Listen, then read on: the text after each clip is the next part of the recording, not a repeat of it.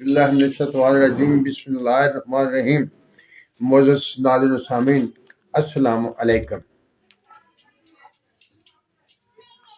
ایک بہت عجیب سی بات ہے، قرآن کا انداز تخاطب بہت سے رازوں کھولتا جاتا ہے، لیکن یہ اس صورت میں ممکن ہے جب ہم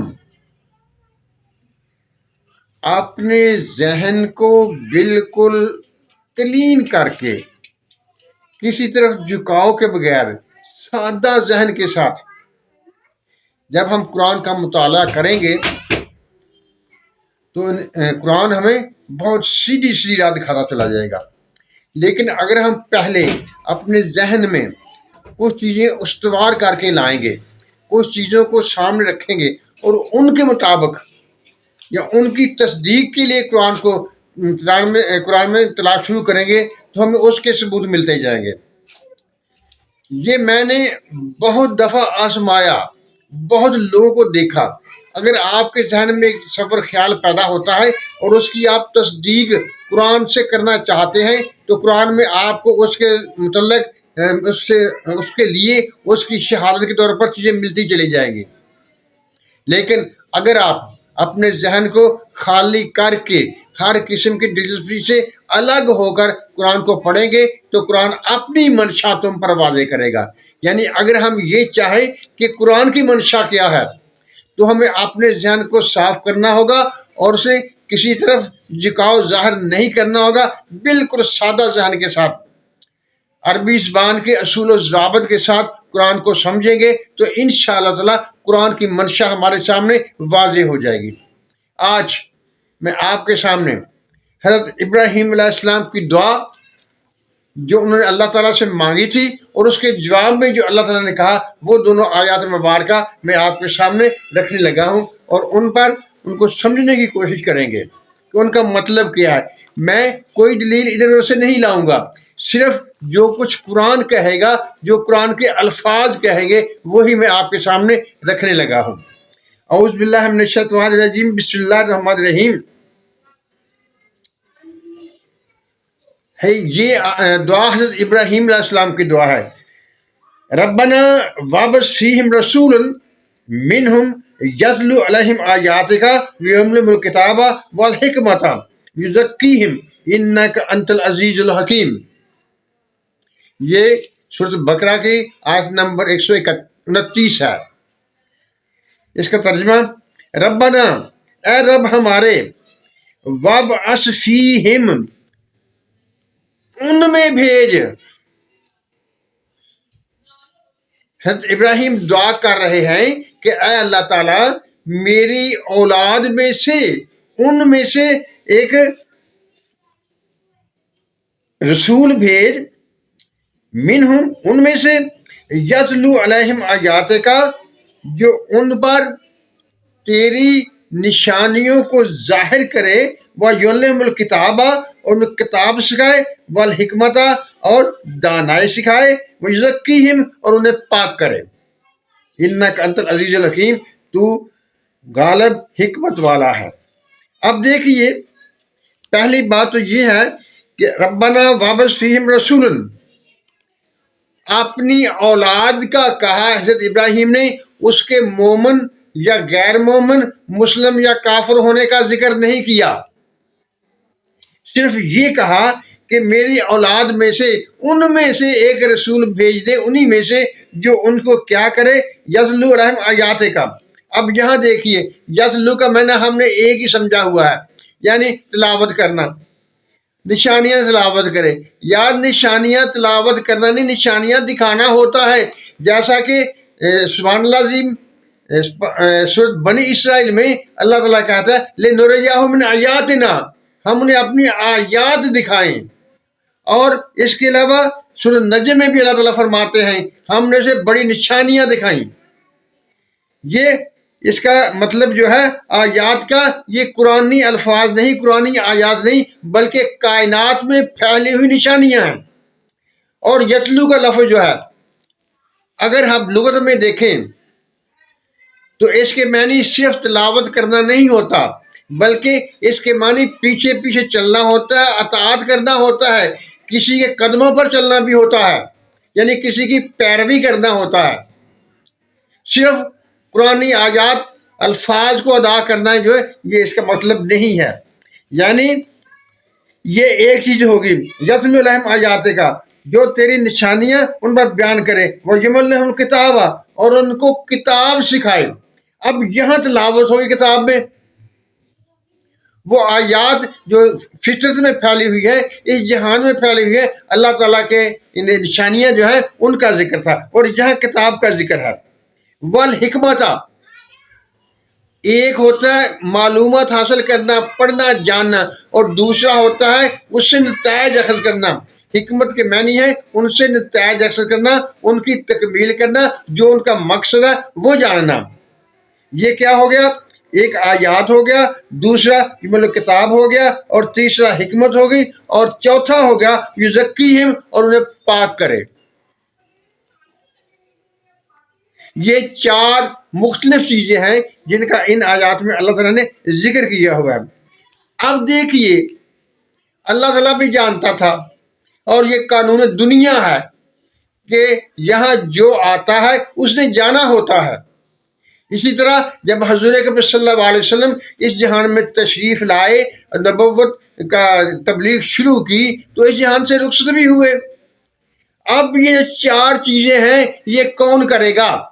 جبکہ آیات مبارکہ کا مطلب یہ ہے، ربنا وابعث فیہم رسولا منہم، اے اللہ تعالیٰ ان میں سے رسول بھیج، یتلو علیہم، جو ان پر تلاوت کرے آیات کا، تیری آیات کی، یعلم الکتاب، اور یہ کتاب سکھائے، والحکمت، اور حکمت سکھائے، ویزکیہم، انہیں پاک کرے۔ یعنی یہ تمام کام نبی کے گنائے گئے ہیں، جو حضور صلی اللہ علیہ وسلم نے اپنی امت کے لیے ان کو اس مقام پر پہنچانے کے لیے، کھویا مقام حاصل کرنے کے لیے جو چیزیں بتانی تھی، یہ چار چیزیں ہیں۔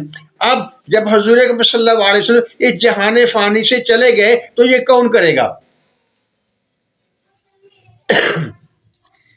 بڑے افسوس سے کہنا پڑتا ہے، وہ پہلا دور، 400 مسلمانوں کے 400 سالہ پہلا دور، جس میں مسلمانوں نے، ہمارے بزرگوں نے ان آیات کے مطلب کو سمجھا تھا، تو انہوں نے دنیا کی رہنمائی کی تھی، دنیا پر حکمرانی کی تھی، اور آج ہم ان کا معنی چھوڑ کر ذلیل ہو رہے ہیں، دنیا ہم پر حکومت کر رہی ہے۔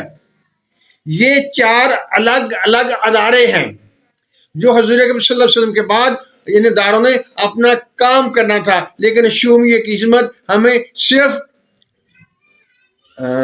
ان چند حضرات نے ان تمام چیزوں کو اپنی ذات میں مرتکز کر لیا ہے۔ وہ ساری بات انہی سے ہے، یہ سارا کام انہی سے ہے، نیسا نہیں ہے، بلکہ یہ ادارے ہیں، اور ادارے کام کریں گے تو امت مسلمہ جو ہے وہ اپنا کھویا ہوا مقام حاصل کرے گی۔ ہمیں سائنسدان بھی چاہیے، ہمیں ڈاکٹر چاہیے، ہمیں انجینئر چاہیے، ہمیں کردار کی پختگی چاہیے۔ قرآن اور شریعت کا مطلب ہمارے کردار کو پختہ کرنا ہے، لیکن دوسری سکلز، دوسری مہارتیں بھی ہمیں چاہیے جو اس جہان میں ہمارے لیے ضروری ہیں۔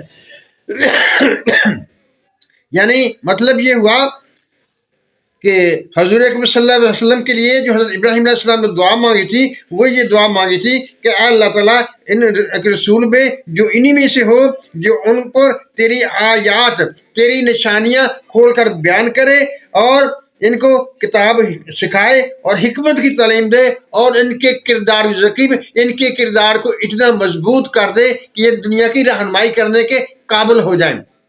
اب آئیے وہ دوسری آیت مبارکہ جو سورۃ آل عمران کی ہے، اور آیت نمبر 164 ہے، جو اس سے متعلقہ ہے، وہاں اللہ تعالیٰ کیا فرما رہے ہیں۔ بسم اللہ الرحمن الرحیم، لقد من اللہ علی المؤمنین اذ بعث فیہم رسولا من انفسہم یتلو علیہم آیاتہ ویزکیہم ویعلمہم الکتاب والحکمۃ وَإِن كَانُوا مِن قَبْلُ لَفِي ضَلَالٍ مُبِينٍ۔ اللہ تعالیٰ نے احسان کیا مومنوں پر، وہاں جب حضرت ابراہیم علیہ السلام نے دعا مانگی تھی تو انہوں نے اس چیز کا ذکر نہیں کیا تھا، صرف اپنی اولاد کا ذکر کیا تھا کہ ان میں سے بھیج، کیونکہ ان میں اچھے بھی ہونے تھے اور برے بھی ہونے تھے، اور ان میں سے ان کی ہدایت کے لیے اللہ تعالیٰ سے دعا کی جا رہی ہے۔ لیکن یہاں اللہ تعالیٰ جو بات بیان کر رہا ہے وہ یہ کہہ رہا ہے کہ میں نے مومنین پر احسان کیا کہ ان میں سے رسول بھیج دیا، رسولن خاص رسول بھیج دیا جو انہیں کیا کرتا ہے، انہیں اللہ تعالیٰ کی نشانیاں سمجھاتا ہے، انہیں پاک کرتا ہے اور انہیں کتاب سکھاتا ہے اور حکمت سکھاتا ہے۔ اس آیت مبارکہ میں ان اراروں کی تھوڑی سی ترتیب رب تعالیٰ نے بدل دی، اس میں بھی ایک بڑی حکمت ہے۔ یعنی نشانیاں سکھاتا ہے، دکھاتا ہے، ان کی تعلیم دیتا ہے، انہیں پاک کرتا ہے، پاک کرنے کے بعد انہیں کتاب سکھاتا اور حکمت سکھاتا ہے۔ یعنی اس کا مطلب یہ ہوا کہ جب ہم اپنے کردار کو اس مقام پر لے جائیں گے جو قرآن چاہتا ہے کہ ایک مومن کا کردار ہو، تو اس کی بعد جو ہے ہمیں کتاب کی تعلیم بھی ہوگی، اس کی سمجھ بھی آئے گی اور اس کی دانائی کا بھی پتہ چلے گا۔ اگر وہاں اس دعا میں جب حضرت ابراہیم علیہ السلام نے دعا مانگی تھی تو اس کی ترتیب یہ تھی، یتلو علیہم آیات کا، تمہیں نشانیاں دکھائے، یعلم الکتاب، انہیں کتاب سکھائے، حکمت سکھائے، اور یزکی ہے، انہیں پاک کرے۔ لیکن اس آیت میں ترتیب تھوڑی سی تبدیل ہو گئی ہے۔ لقد من اللہ علی المؤمنین، اللہ تعالیٰ نے احسان کیا مومنوں پر، اس بعث فیہم رسول، جب ان میں سے ایک رسول، وہ خاص رسول بھیجا جس کی دعا کی گئی تھی، من انفسہم، ان میں سے، یتلو آیاتی، ان کی نشانیاں، اللہ کی نشانیاں ان پر بیان کرتا ہے، یزکیہم، انہیں پاک کرتا ہے۔ اب پاک کرنے کے بعد یعلم الکتاب والحکمہ، کتاب اور حکمت کی تعلیم پاک ہونے کے بعد آئی۔ جب یہ پاک ہو گئے تو ان کی کتاب کی تعلیم اور حکمت کی تعلیم ایک اعلیٰ معیار پر ہوگی۔ معزز ناظرین سامعین، قرآن ایک معجز نما کتاب ہے، اور اللہ تعالیٰ کہتا ہے کہ میں نے اسے اپنے علم پر نازل کیا ہے۔ ناسمجھ لوگ جو کچھ مرضی کہتے رہیں، لیکن یہ وہ کتاب ہے جس میں ہر قسمی علم موجود ہے اور انتہا پر موجود ہے۔ اس سے اوپر کوئی کتاب، کوئی علم کی منزل اس سے اوپر نہیں ہو سکتی۔ یہ وہ آخری کتاب ہے جو زندگی کے تمام شعبوں کو حاوی ہے اور ان کی ترقی کے لیے ضروری ہے۔